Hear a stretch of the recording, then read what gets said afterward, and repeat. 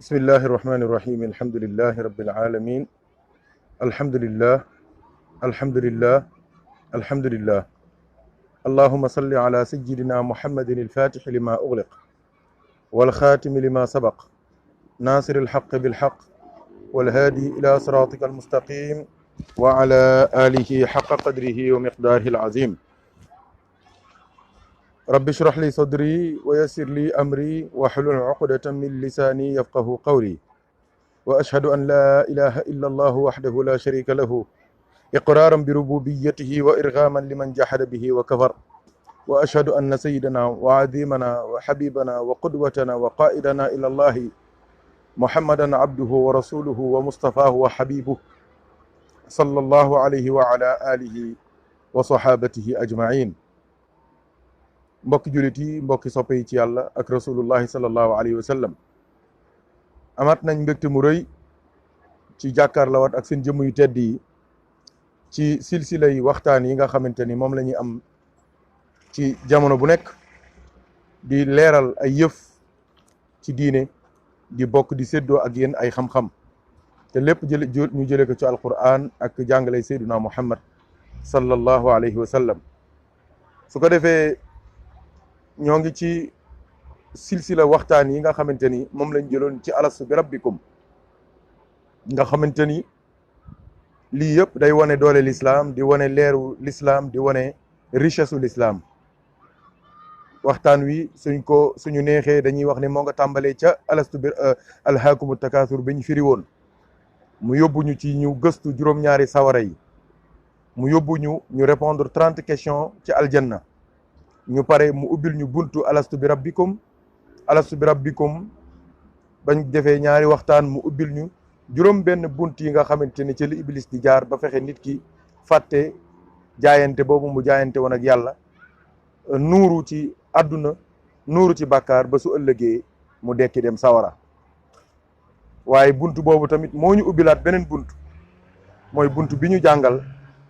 juróom benn bunt yi nga xamante ni moom la sayduna muhammad sallallahu alayhi wa sallam ubbi ngir jaam yi képp koo xamante ni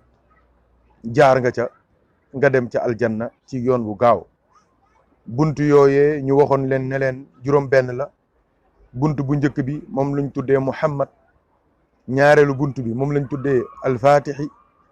ñetteelu bunt bi moom lañ tuddee alxaatimi ñeenteelu bunt bi moom lañ tuddee annasiri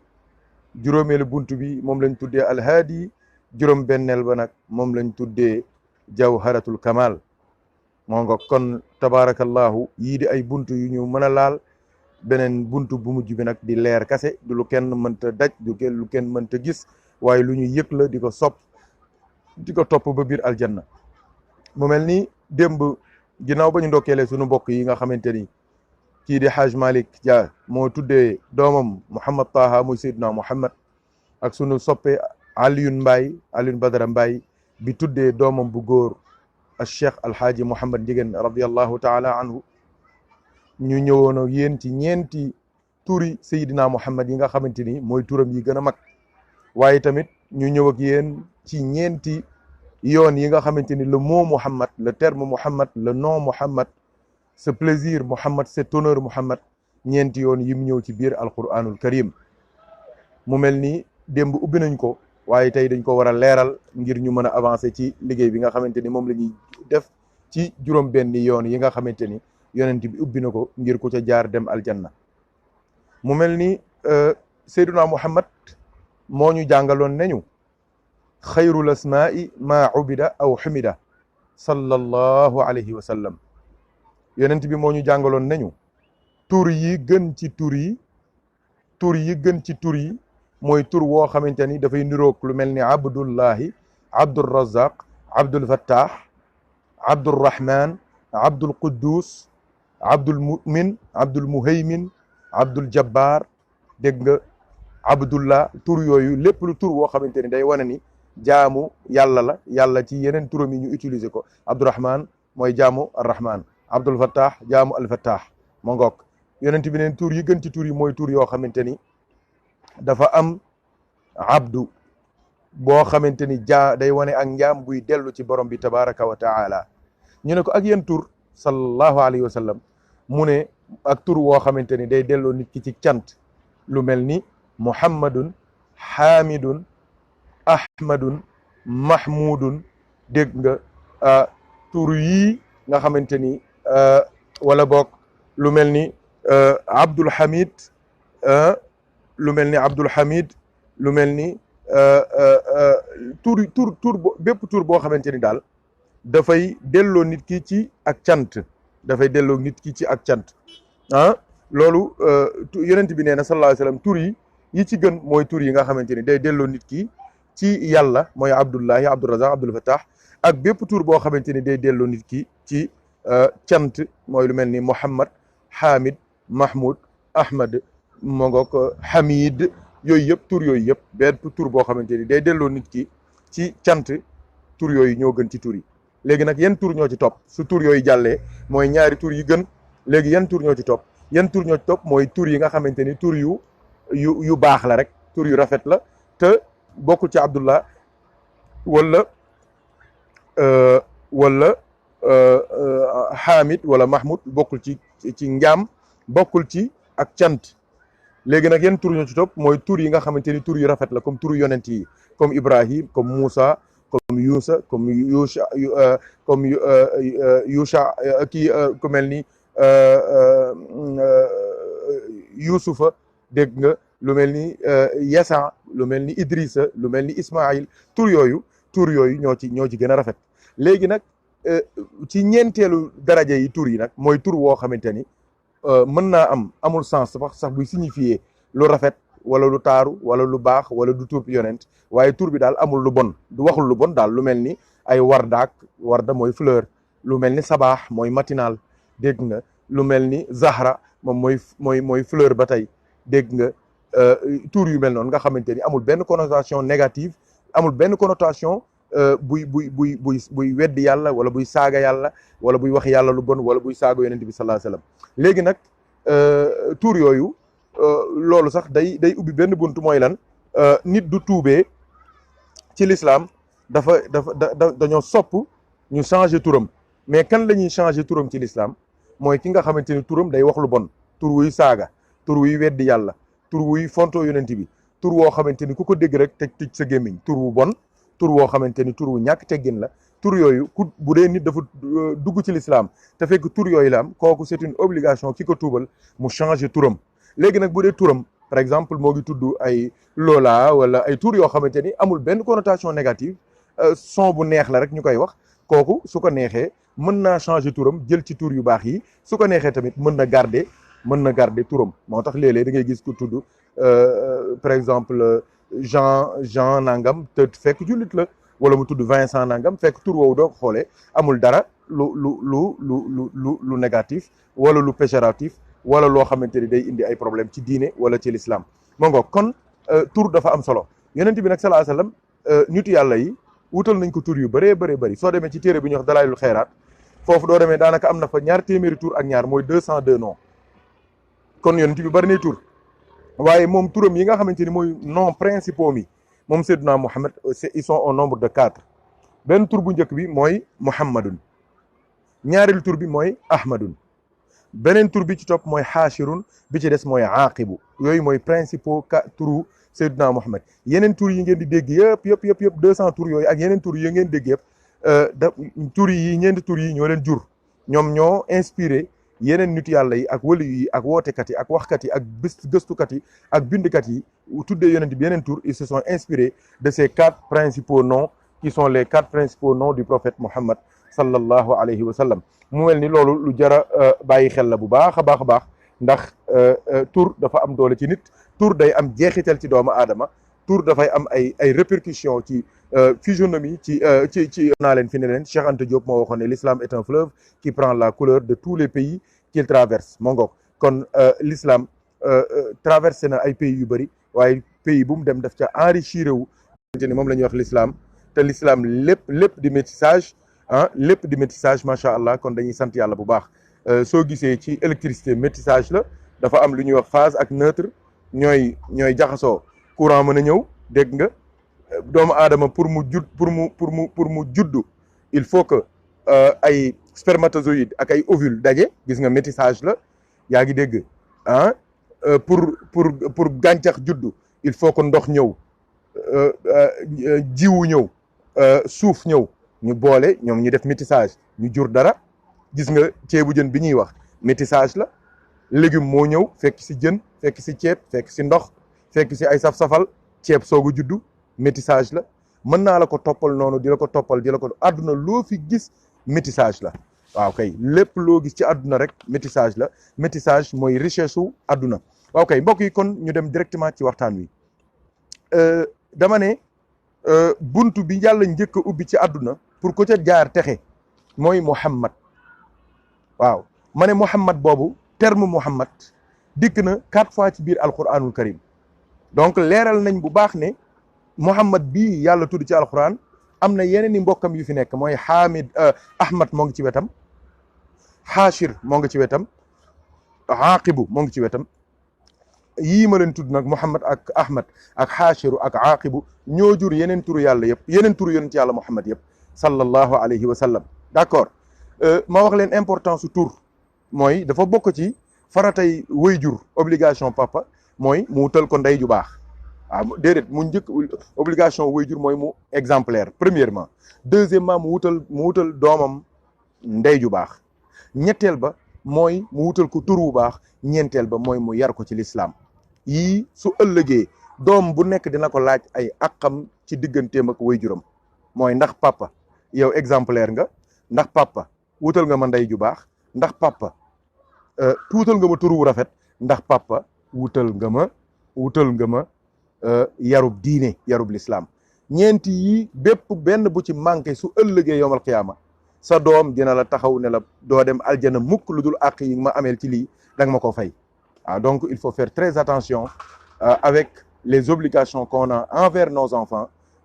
la première obligation c'est d'être exemplaire la deuxième obligation c'est de lui choisir un père ou bien une mère la troisième obligation c'est de lui choisir un nom un très beau nom la quatrième obligation c'est de l'éduquer et lui inculquer les valeurs de l'islam et de notre belle religion donc loolu mooy obligation wayjur ci doomam donc am na ci erreur yoo xamante ni du amee tamit ci àdduna mais yow doo ñëwee mën nga ko corriger moo tax mag ñi dañoo yeewu am na tur yoo xamante ni dañuy wut yeneen tur def ca wet ga def ca wet ga yokk ko su ko defee du ëllëgee balay yàgg rek tur wu rafet ba nekk ca wet ga mooy lekk tur wa parce que am na tur yoo xamante ni kenn xamul lu mu toon lu mu doon léeg-léeg sama mbokki pël yi léeg-léeg nga fekk fa tur yoo xamante ni doo xam lu mu doon sunu mbokk séeréer yi tamit soo demee leen nga fekk fa tur yoo xamante ni doo xam lu mu doon su boobaa tamit amul problème bu dee sa papa dafa tudd tur yu mel noonu tamit su boobaa soo koy tuddee doom da nga ciy boole tur yonent bi rek sallallahu alayhi wasallam par exemple bu dee Samba la tudd nga boole ca Mouhammad Samba wala Samba Mouhammad su ko defee du doxee tuuti rek Samba ga mën naa lang wala Mouhammad galang wala ñaari tur yëpp bokk daal di mu jalang gis nga façon yooyu rek ngay def mag ñëpp ñu bëri noonu la ñuy def nitu yàlla yu bëri seen wayjur yi léeg-léeg ay tur yu doy waar la ñu am waaye ñoo koy soppil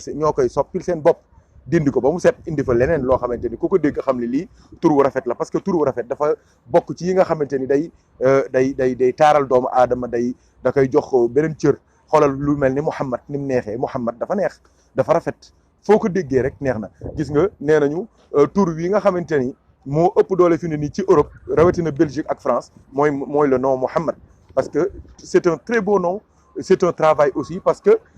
man bi ma njëkkee laaj son maam Alhaaji Mouhamed Ndiéguène ne ko waaw lan mooy njëriñu tur ma ne ko lu tax nit ñi di tuddee ab yonent wala ab sëriñ wala ab saxaabi wala kenn mu ne ma ñooñu dañoo bëgg tur woowu di jib ci biir kër gi déggal dañoo bëgg tur woowu di jib ci kër gi bis bu mu nekk waaw su ko defee kooku nga fay tudd kenn du ko fàtte kooku nga fay tudd dañ koy bàyyi xel kooku nga fa tudd dañ koy sopp kooku nga fa tudd am na koo xamante ni tey jii gis nga ñu bëri sax loolu moo tax ñu mujj tudd ay papi ñii tudd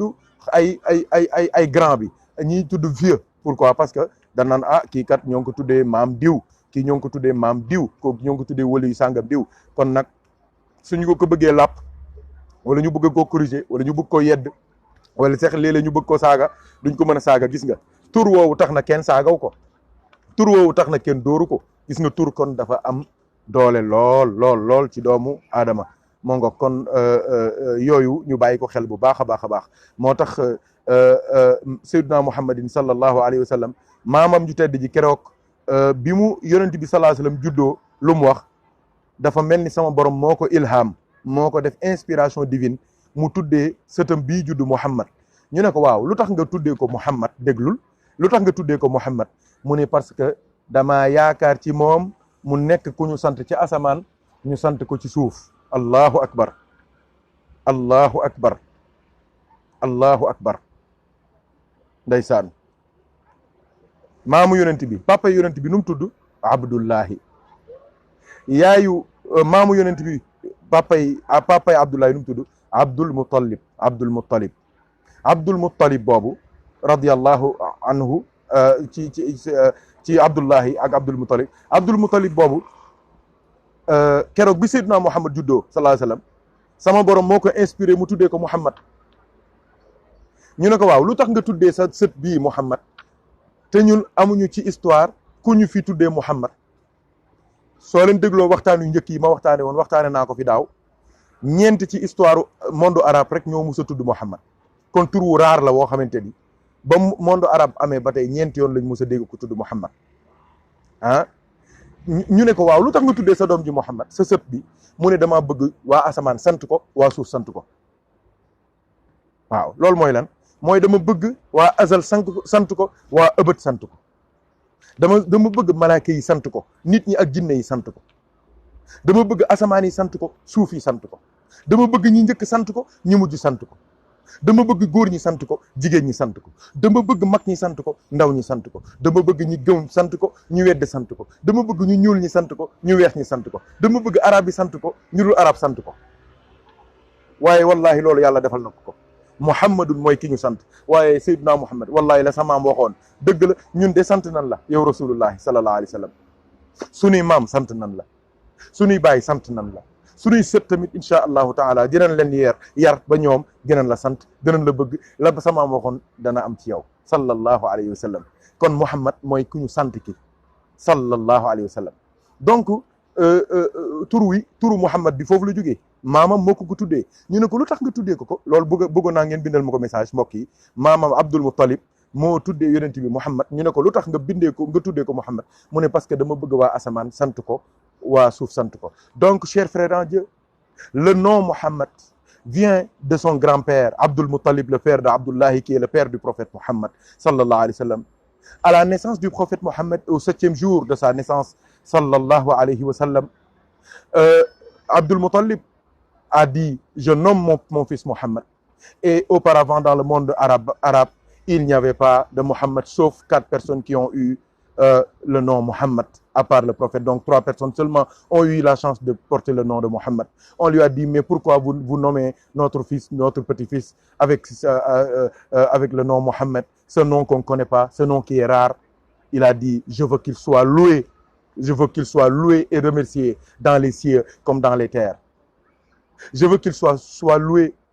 auprès des anges comme auprès des hommes et des djinns. Je veux qu'il soit loué auprès des animaux et de la flore. Je veux qu'il soit loué au niveau des montagnes comme au niveau des mers, des océans. Je veux qu'il soit loué au niveau des filles comme au niveau des garçons. Je veux qu'il soit loué au niveau des hommes comme des femmes. Je veux qu'il soit loué au niveau des Arabes et des non-Arabes. Je veux qu'il soit loué au niveau des gens, des premiers et des derniers. Je veux qu'il soit loué dans tous les continents, dans toutes les sphères du monde. Je veux qu'il soit loué partout. Et alhamdulillah rabbil alamin, Allah subhanahu wa ta'ala a fait que le prophète Muhammad sallallahu alayhi wa sallam est loué ici et dans l'au-delà, même jusqu'au paradis. Il va continuer à être loué, à être remercié pour avoir transmis de manière fidèle, de manière parfaite, de manière claire, de manière limpide, de manière vraiment nette les enseignements, les informations et les orientations venant d'Allah subhanahu wa ta'ala. Donc, alhamdulillah rabbil alamin, jusqu'à la fin des temps, jusqu'au jour du jugement dernier, jusqu'au paradis, on continuera à remercier le prophète Muhammad. Jazakallahu ya Rasulallah, qu'Allah te rétribue au prophète d'Allah. Jazakallahu ya Habiballah, qu'Allah te rétribue ô bien-aimé d'Allah. Jazakallahu ya khayra khalqillah, qu'Allah te rétribue ô toi le meilleur de la créature divine. Jazakallahu ya Shafi'a Allah, ô toi l'intercesseur d'Allah, qu'Allah te rétribue à la hauteur de ta grandeur, à la hauteur de l'amour qu'il porte pour toi, et que cela soit pour nous tous une un sauvetage, une rédemption, une entrée dans les profondeurs de la miséricorde d'Allah, du pardon d'Allah, mais aussi de la satisfaction d'Allah subhanahu wa ta'ala. Donc le nom Mohammed n'est pas un nom fortuit, c'est pas un nom gratuit. On lui a dit pourquoi tu as donné son nom à ton fils, à ton petit-fils. Il a dit je veux qu'il soit loué partout, sallallahu alayhi wa sallam. Et alhamdulillah rabbil alamin, la vision d'Abdul Muttalib n'est pas tombée dans l'oreille d'un sourd, parce que l'humanité, le monde qui a reçu le prophète Mohammed sallallahu alayhi wa sallam, a reconnu avec toute la sincérité que ça requiert que son fils, le fils d'Abdul Muttalib, le fils d'Abdullah, vraiment est le plus loué et le plus loué sur terre, après le nom d'Allah, le nom le plus beau, le plus salmodié sur terre, c'est le nom du prophète Mohammed. Donc c'est pas simple. C'est pour cela que le nom du Mohammed sallallahu alayhi wa sallam est une porte d'entrée vers Allah, vers la miséricorde d'Allah, vers le pardon d'Allah, vers l'amour d'Allah, vers la satisfaction d'Allah subhanahu wa ta'ala. Donc, chers frères en Dieu, les principaux noms du prophète, comme je l'ai dit en Wolof, c'est Mohammed, Ahmed, Hashir et Aqib. Donc tous ces noms d'Allah, tous ces noms du prophète Mohammed sallallahu alayhi wa sallam sont des noms d'une importance capitale. Le prophète sallallahu alayhi wa sallam, il avait dit que les plus beaux noms sont les noms qui se rapportent à la servitude, et les noms qui se rapportent à la reconnaissance, au shukr, au hamd, aux louanges d'Allah. Donc les meilleurs noms, c'est Abdullah, Abdul Razak, Abdul Fattah, Abdul Aziz, Abdul Mu'min, Abdul Quddus. Et les meilleurs noms, c'est Ahmed, Mohammed, Hamid, Mahmoud, Hamid. Ce sont les plus beaux noms sur terre. Et ces noms, ces 4 noms du prophète sallallahu alayhi wa sallam ont donné naissance à une pléthore de noms, une ribambelle de noms, une infinité de noms. Et dans la Dalaïl al-Khairat, ce livre connu et respecté dans toute la Oumma islamique, il y a près de 202 noms qui sont exclusivement réservés au prophète Mohammed sallallahu alayhi wa sallam. Mais les noms du prophète Mohammed sallallahu alayhi wa sallam n'ont ni limite dans le temps, ni limite dans l'espace, sallallahu alayhi wa sallam. Il faut dire, chers frères en Dieu, que, masha'Allah, alhamdulillah, les noms du prophète Mohammed sallallahu alayhi wa sallam, surtout son nom, le nom Mohammed qui veut dire le loué, qui est en réalité le résultat, la résultante de ce marathon spirituel, hein, entre le nom Hamid et le nom Ahmed. Hein, le nom Mohammed veut dire maintenant que Allah subhanahu wa ta'ala est content de lui, est satisfait de lui. Et Allah subhanahu wa ta'ala n'est plus content que si celui-ci est content. Je veux nommer le prophète Mohammed sallallahu alayhi wa sallam. Donc ñu dellu ci wolof bi tuuti, chers frères en Dieu. Donc tur yonent bi sallallahu alayhi wa sallam soo waree alxuraan ba mu jeex ñeenti yoon kese la ñëw. loolu bëgg naa ngeen bindal ma ko message sëñ Racine wala Mouhamed Dia wala sama mbokk yu baax yi tabaarakallaahu turu yonent bi 4 fois rek la dikk ci alquran. benn bi mu ngi dikk ci Ali Imran ci aaya 144 yàlla nee na wa ma muhammadun illa rasulun qad xalat min qablihi rusul afa in maata aw qutila anqalabtum ala aqaabikum wa man yanqalib ala aqibayhi falan yadurra allaha shay'an wa sayajzi llahu shakirin. kooku mooy bu njëkk bi. suratu al ahzab aya 40 borom bi tabaraka wa taala nee na ma kaana muhammadun aba ahadin min rijalikum walakin rasulallahi wa xaatima annabiyin wa kaana allahu bi kulli shay'in aliman. ba ca topp mooy suratu muhammad aya numéro 2 walladina amanu wa amilu salihati wa amanu bima nuzila ala muhammadin wa huwa alhaqu min rabbihim kaffara anhum sayyi'atihim wa aslaha baaluhum. kooku mooy aya ba ca topp. ba ca mujj nag moo nekk ci suratul fathi boobu ñun ñëpp xam nañ ko. yàlla nee na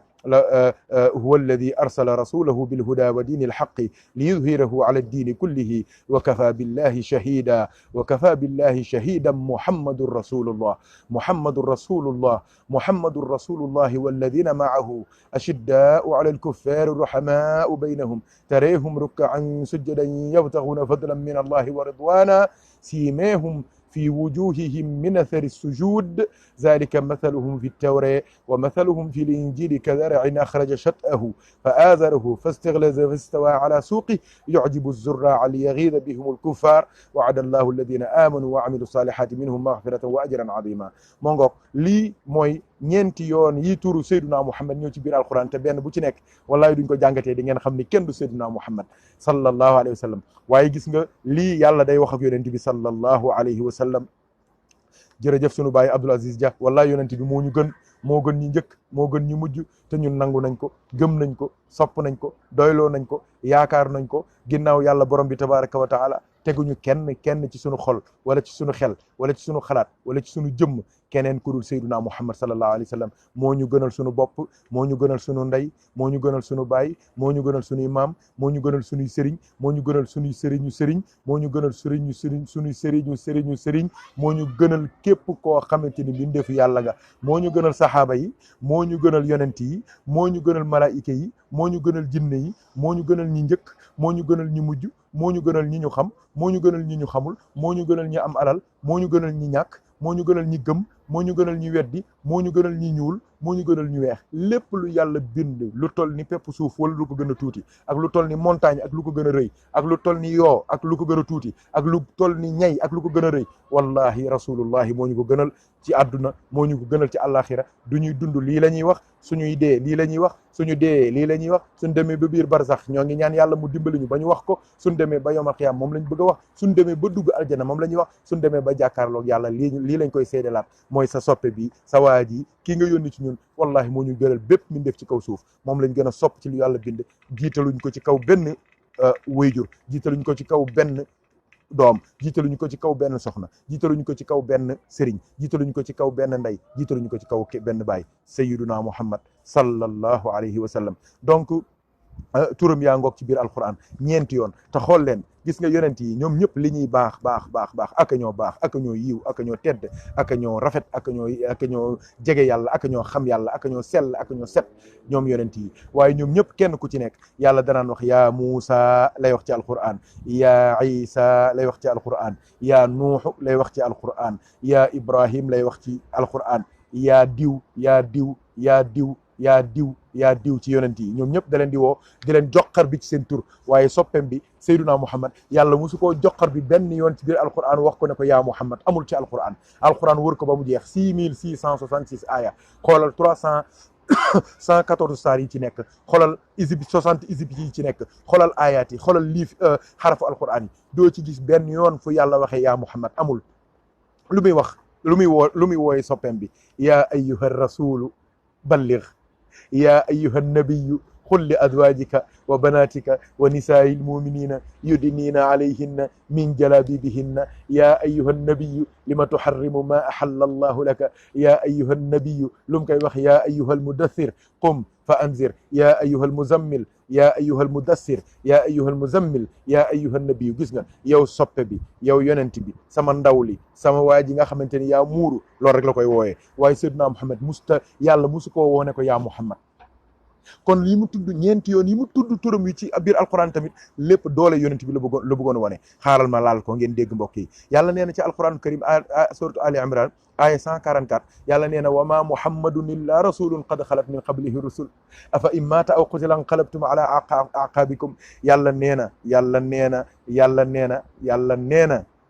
na gaa yi sama waa ji dundam ak deyam yëpp benn la ci yéen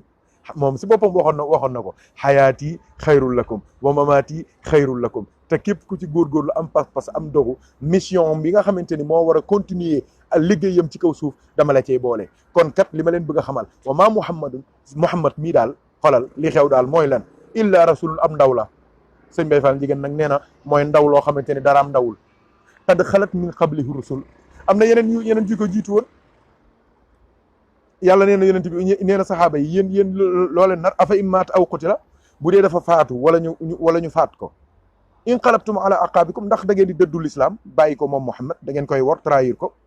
yàlla nee na wa man yanqalib ala aqibay képp koo xamante ni dëddu nga yàlla dëddu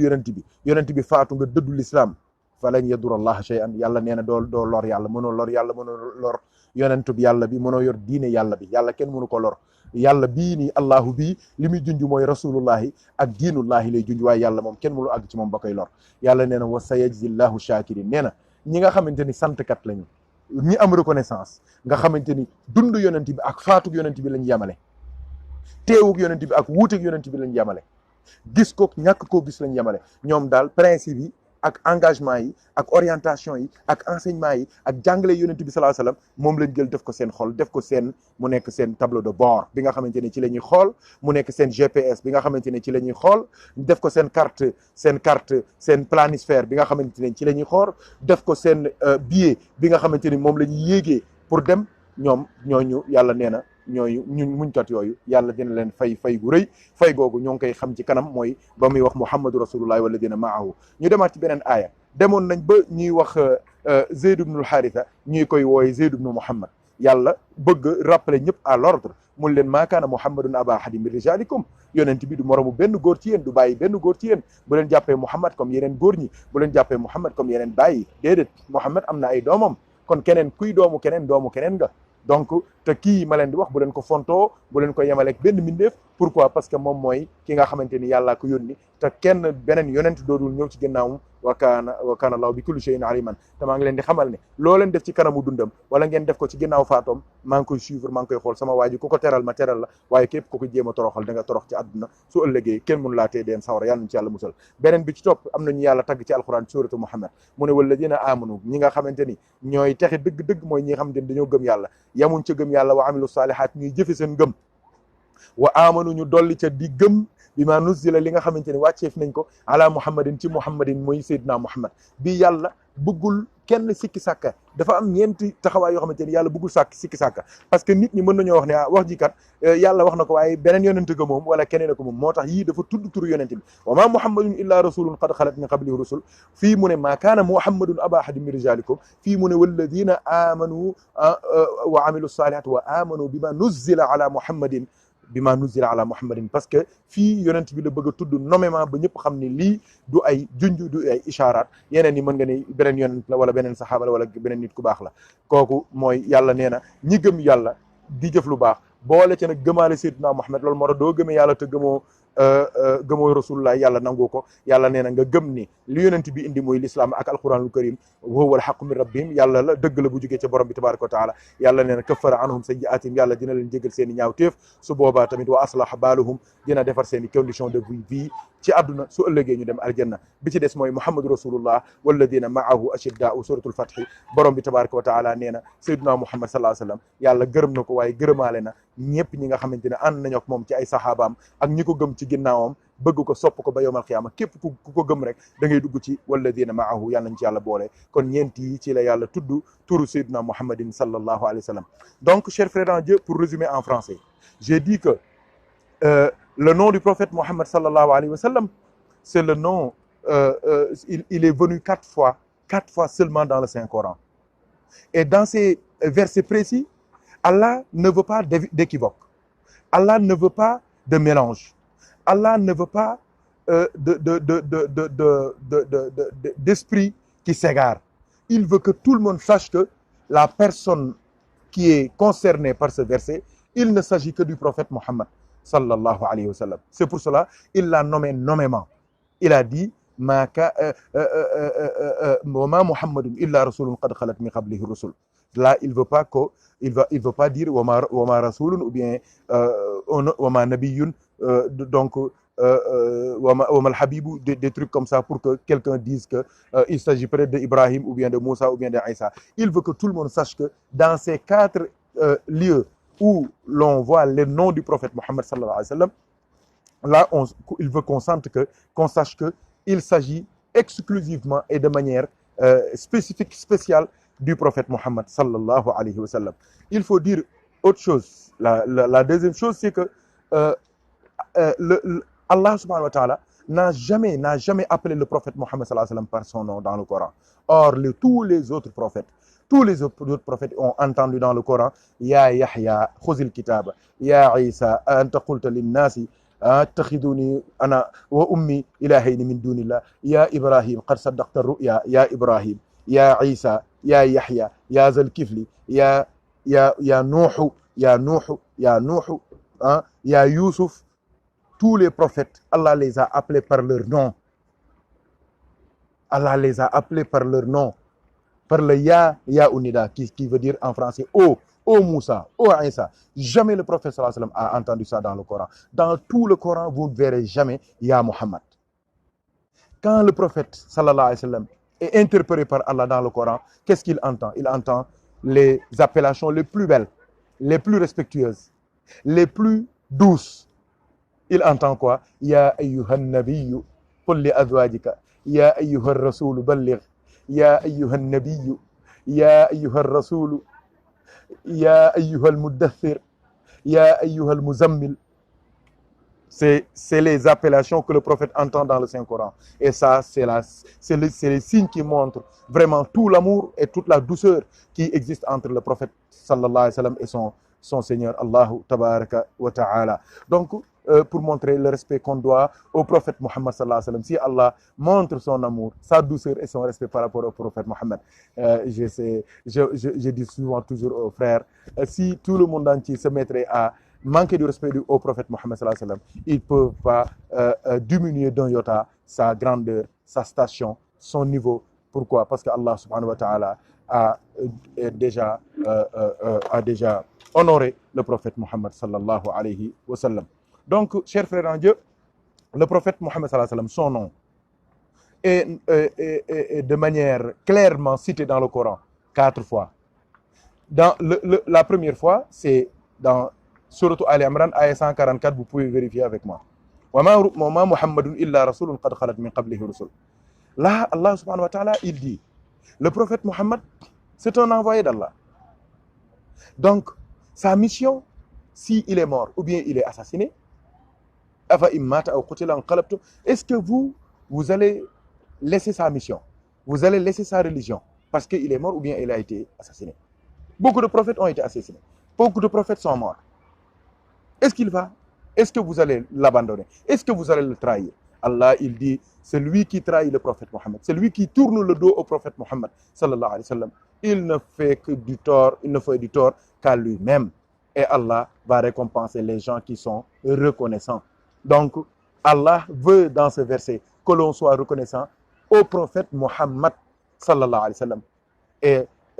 alhamdulillah, rabbil alamin, je l'ai dit tout à l'heure, les mondes sont reconnaissants à l'endroit du prophète Mohammed sallallahu alayhi wa sallam. Le deuxième verset dans lequel le prophète sallallahu alayhi wa sallam, on entend son nom de manière claire, c'est dans Surat al-Ahzab, verset 40. Allah, il dit, ma kana Muhammadun aba ahadim min rijalikum. Donc, il y avait parmi les sahaba qu'on appelait Zayd ibn al-Haritha. Beaucoup de gens de la Mecque ont commencé à l'appeler Zayd ibn Muhammad. Et Allah voulait trancher ce débat-là pour montrer que le prophète sallallahu alayhi wa sallam ne fait pas d'adoption. Il ne fait pas d'adoption à un seul enfant parce qu'il est le père de toute l'humanité, sallallahu alayhi wa sallam. Et il ne veut pas aussi qu'on le considère comme n'importe qui parce que c'est l'envoyé d'Allah. Et en plus de cela, le prophète Mohammed sallallahu alayhi wa sallam, c'est le dernier des missionnaires d'Allah subhanahu wa ta'ala sur terre. Le troisième lieu dans lequel Allah a cité nommément le prophète Mohammed, c'est dans Surat Muhammad, cette sourate elle-même. Allah, il dit walladhina amanu wa amilu salihat wa amanu bima nuzila ala Muhammadin wa huwa al-haqq min rabbihim kaffara anhum sayyi'atihim wa aslaha balahum. Allah, il dit dans le Coran, les gens qui ont cru et qui font des bonnes œuvres et qui ont cru en ce qui est révélé au prophète Mohammed et qui est une vérité émanante d'Allah subhanahu wa ta'ala, de leur Seigneur, Allah absout tous leurs péchés, tous leurs maux, M-A-U-X, et wa aslah balhum, et Allah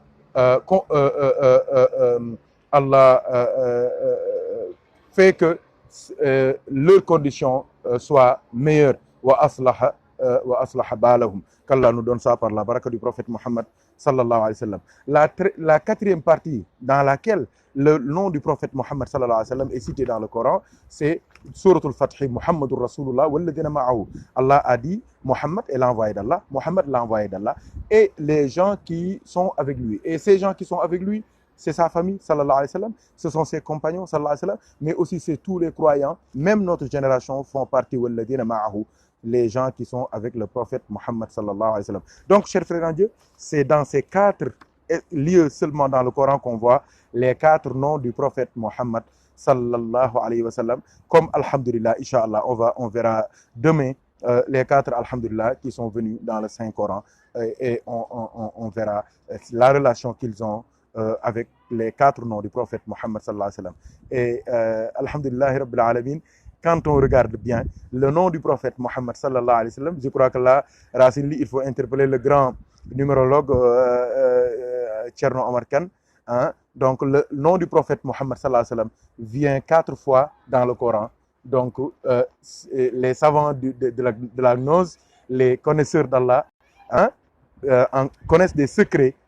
relatifs à ces 4 noms du prophète qui sont venus 4 fois dans le Coran. Donc quand on fait la multiplication, 92 qui est la valeur numérique du prophète du nom Mohammed, multiplié par 4, ça donne un nombre, et ce nombre-là, masha'Allah, on attend l'intervention de Thierno Omar Kane pour nous élucider là-dessus, pour nous éclairer notre lanterne là-dessus. Thierno Racine Ly, on attend l'intervention de Thierno Omar Kane, Inch'Allah, pour éclairer cela, Inch'Allah ta'ala. Donc, mbokk yi, kon yëf yaa ngoog, turu yonent bi ñeenti yoon la ñëw ci Thierno Omar, war ngaa woote de, da ngaa war a woote de téléphone nga leeral ñu 92 Mohammed 92 la te ñëw na ñeenti yoon ci alquran, te ñeenti yoon yooyu rek la ñëw ci alquran. 92 nag soo ko multiplier par 4 am na, yaakaar naa am ngeen ay mbóot yu cay génn, am ngeen yooyu leen ciy def. waaw yéen gars yi xam affaire yooyu, yéen ñi xam affaire baatin yooyu, affaire chiffre yooyu ak affaire mbóot yooyu. kon ñoo ngi ñaan nga woote, incha allah ñoo ngi xaar sa appel. Thierno Racine, waxal Thierno Omar mu woote dugg leeral 92 soo ko multiplier par 4 lu mu lay jox ak fan lay dal ak ban mbóot lay feeñal ci li wane nekk yonent bi ku ko topp rek da nga dem aljanna, sallallahu alayhi wa sallam. waaw léegi 92 fois 4 368. waaw Thierno Omar nañu dimbali leeralal ñu lan mooy 368 du 368 kese, am na 368 lu muy junj. waaw kay loolu bëggoon nañu Thierno Omar Kane dugg leeralal ñu ko leeral bu rafet yàlla nañu yàlla boole jàppale. kon yonent baa ngoog sallallahu alayhi wa sallam, yàlla mosu koo woo ci alquran ak turam,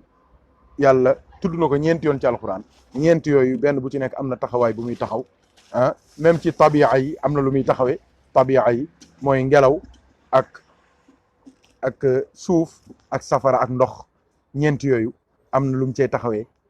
keno yi am na lu mu moom daal ñeenti yooyu daal am na ay mbóot yu ci nekk, waaye loolu gars yi ñoom ñoo ko xam. yàlla nañu yàlla boole dimbali, yàlla nañu yàlla boole jàppale, yàlla nañu yàlla boole yëkkati, yàlla nañu yàlla defaral suñuy mbir mu bëri mu néew, yàlla jégal ñu suñuy bàkkaar mu bëri mu néew, yàlla jox ñu suñuy càkkutéef, dàqal ñu li ñu ragal ci suñu biir xol ak suñu biir xalaat ak suñu biir xel, xëccal ñu suñu njëriñu àddina ak suñu njëriñu àllaaxira, muccal ñu te xiir ñu ci bëgg rasulullahi sallallahu alayhi wa sallam, waaye ñu bëgg ba bëggaale turam wi di Muhammad. yàlla may ñu ay njaboot ñu tuddee ko Muhammad sallallahu alayhi wa sallam, may ñu ay sët ñu tuddee ko Muhammad sallallahu alayhi wa sallam, may ñu ay doom yu jigéen ñu tuddee ko Muhammad sallallahu alayhi wa sallam, may ñu tabarakallahu ñooñ ñëpp mokkal alquran, bëgg yonent bi, sopp yonent bi, jeex ci yonent bi, di ko roy ngir seen texe àdduna ak seen alaxira. kon ñeenti yaa ngoog, ñeenti turam yaa ngoog, waaye turam waa ngoog ci biir alquran. waaye taxawaay boobu képp koo xamante ni jaayante nga ak yàlla pour la perpétuation de la mission du prophète Mohammed sallallahu alayhi wa sallam, kooku na nga xam ne buntu aljana bu taxaw la. waaye képp ku jàpp yonent bi considéré woo ko comme n'importe qui, jàppee ko kii gën ci mbindeef yi, xamal ni buntu aljana la. képp koo xamante ne gëm nga yonent bi ba noppi gëm li mu indi, xamal ni yàlla dina la baal say bàkkaar, ba noppi sa condition day gën a baax àdduna ak àllaaxira. képp koo xamante ni jàpp nga ni yonent bi mooy sa kilifa, mooy sa royuwaay, mooy sa wéttal, mooy sa xarit, mooy sa soppe, mooy ki lay tegtal, mooy ki lay orienté, mooy sa GPS, mooy sa planisphère, mooy sa mooy sa Google Map mooy sa map yi sallallahu alayhi wa sallam yow kat na nga xam ni doo réer doo sànku doo yàqu ndax GPS yi li ñuy baax léeg-léeg ngay bëgg a dem fenn nga taal war a dox lu ma 30 kilomètres nga daw 3 rek mun la vous êtes bien arrivé daal lay nax dugal la ci ay affaire wala mu dugal la ci ay ruq yoo xamante ni ay impasse la wala mu dugal la ci zone boo xamante ni actualiser guñ ko defaguñ ko mise à jour mu jaareel la fa te foofu zone boobu ku fa jaar doo am lu la neex kon nag GPS bi dul juum GPS bi dul déconnecté wu GPS bi dul yàqu GPS bi nga dul branché GPS bi nga xamante ni su xasee ba nekk sa biir xol da lay conduire di la téye di la yóbbu di ànd ak yow ba dugal la aljanna mooy Seydina Muhammad sallallahu alayhi wasallam kon incha allah duñu yàlla dimbalee bu subaa dinañ génnee alhamdulillah ban relation la am ak terme Muhammad suñ ko leeralee ba noppi nañ ñu soog a dem ci ñaareelu bunt bi mooy alfatixi ban taxawaay la am kooku nag xam naa ni liggéey bu rëy rëy la boo xamante ni moo ngi xaar gaa yi ñoo ngi ñaan yàlla subhanahu wa taala mu dimbali ñu yàlla dimbali ñu ba ñu mën koo ba ñu mën koo jariñoo ci àdduna jariñoo ko ci àllaaxira mu nekk sunu mucc mu nekk sunu defaru fii ci àdduna nekk suñu defaru fii ci àllaaxira ñoo ngi ñaan yàlla mu dolli ñu xéewal dolli ñu sutura dolli ñu teraanga maa ngi soññaat ñëpp tamit di fàttaliwaat ñëpp ngir ñu góorgóorlu ci di bàyyi xel bu baax match yi am na solo lu mu neex du julli jotee ñu dem julli ji su wéer du jotee ñu dem wéer ji su woor jotee ñu dem woori ji su dog jotee ñu dem dogi ji match yi baax na ndax sport ñëpp ko bëgg du ñàkk waaye nag waaw lu mel noonu la ñuy gëstu sëñ Mamadou Faye lu mel noonu la ñuy junj moom la ñuy bëgg ñu dimbali ñu ci incha allah soo ko xamee su la neexee sax mën nga woote mën nga woote directement Mouhamed Faye moo ngi am lu muy junj moo ngi am lu muy junj su la neexee sax mën nga woote wala nga bind ko commentaire ñëpp mën koo jëriñoo incha allah su ko defee du bu subaa nag ñu mën koo toj leeral ko ñëpp mën cee jëriñu yàlla nañu yàlla boole dimbali defaral ñu suñu àdduna defaral ñu suñu àllaaxira xëccal ñu njëriñu àdduna ak àllaaxira boole ñoog sayyidina Muhammad sallallahu alayhi wasallam mi nga xamante ni mooy buntub yàlla bi fa anta baabullahi ayyu mri'in ataahu min gayrika laa yadxulu wa axiru daawana an alhamdulillahi rabbil alamin wassalaamu aleykum wa rahmatullahi wa barakatuhu yàlla na yàlla yàgg ñoo seral suñu xol ci tudd bi ñu tudd sayyidina Muhammad sallallahu alayhi wa sallam yàlla na yàlla bégalu ñu noonu ci àdduna ba duñ merati mukk bégalu ñu noonu àllaaxira ba duñ fa mer mukk insha allahu taala yàlla na yàlla neexal sunu àdduna ci turu sayyidina Muhammad bii ni muy neexee sunu xol yàlla na yàlla neexale sunu àdduna